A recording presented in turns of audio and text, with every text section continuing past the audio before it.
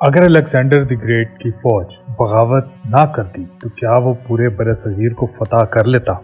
جانیں گے آج کی ویڈیو میں کہ الیگزینڈر دی گریٹ جیسا واریر جو کہ پورے برصغیر پر قبضہ کرنے کی غرض سے آیا تھا واپس جانے پر مجبور ہو گیا۔ بات ہے 327 BCE کی، یعنی آج سے تقریباً 2350 سال پہلے، جب الیگزینڈر دی گریٹ برصغیر کو فتح کرنے نکلا۔ اس نے راستے میں آنے والے تمام بڑے بڑے امپائرز کو شکست دے دی، اور جب یہ پنجاب پہنچا تو اس کا سامنا کنگ پورس سے ہوا۔ کنگ پورس اور الیگزینڈر دی گریٹ کے درمیان یہ جنگ دریائے جہلم کے کنارے پر لڑی گئی۔ دریائے جہلم کا پرانا نام ہائیڈاسپس تھا۔ الیگزینڈر جب جہلم پہنچا تو اس نے کنگ پورس کو سرنڈر کرنے کی دعوت دی۔ کنگ پورس بہت ہی بہادر بادشاہ تھا۔ اس نے الیگزینڈر دی گریٹ سے لڑنے کا فیصلہ کیا۔ وہ الیگزینڈر دی گریٹ کی بہادری اور اس کی وکٹریز کے بارے میں بخوبی جانتا تھا۔ الیگزینڈر کو جب پتا چلا کہ کنگ پورس اس سے لڑنے کے لیے تیار ہے اور سرنڈر کرنے کو تیار نہیں، تو اس نے کنگ پورس کی فوج پر حملہ کرنے کا فیصلہ کیا۔ رات کے اندھیرے میں الیگزینڈر دی گریٹ کی فوج نے دریائے جہلم کو کراس کیا اور اگلی ہی صبح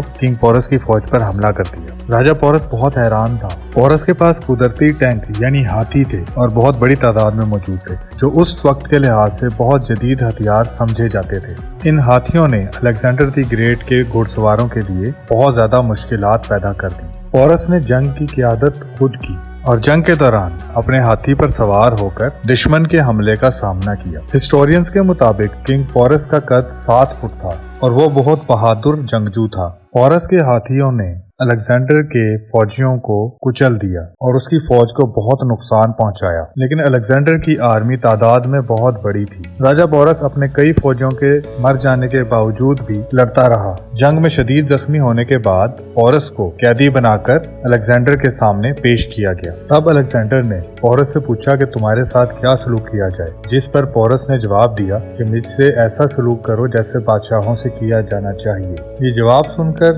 الیگزینڈر دی گریٹ بہت متاثر ہوا۔ اس نے نہ صرف پورس کی جان بخشی بلکہ اس کا علاقہ بھی اس کو واپس دے دیا۔ در حقیقت الیگزینڈر دی گریٹ پورس کی بہادری سے بہت زیادہ متاثر تھا۔ اس جنگ کے نتیجے میں الیگزینڈر دی گریٹ کی فوج بہت زیادہ تھک چکی تھی اور ان کا بہت زیادہ نقصان ہو چکا تھا۔ الیگزینڈر کی فوج نے آگے بڑھنے سے انکار کر دیا، جس کی وجہ سے الیگزینڈر دی گریٹ کو مجبوراً واپس جانے کا فیصلہ کرنا پڑا۔ الیگزینڈر کے جانے کے بعد پورس نے دوبارہ سے اپنی حکومت کو مضبوط کیا۔ پورس کی بہادری کی وجہ سے الیگزینڈر دی گریٹ برصغیر پر قبضہ کرنے کا خواب پورا نہ کر سکا۔ آج بھی راجہ پورس کی بہادری کو برصغیر کے بہادر راجاؤں میں شمار کیا جاتا ہے۔ کچھ پرشین ہسٹورینز یہ لکھتے ہیں کہ الیگزینڈر دی گریٹ کی فتح صرف کاغذی تھی۔ در حقیقت کنگ پورس نے الیگزینڈر دی گریٹ کو بہت زیادہ نقصان پہنچایا، جس کی وجہ سے اس نے کنگ پورس کو اس کا علاقہ واپس دے دیا تھا۔ آپ اس بارے میں کیا سوچتے ہیں؟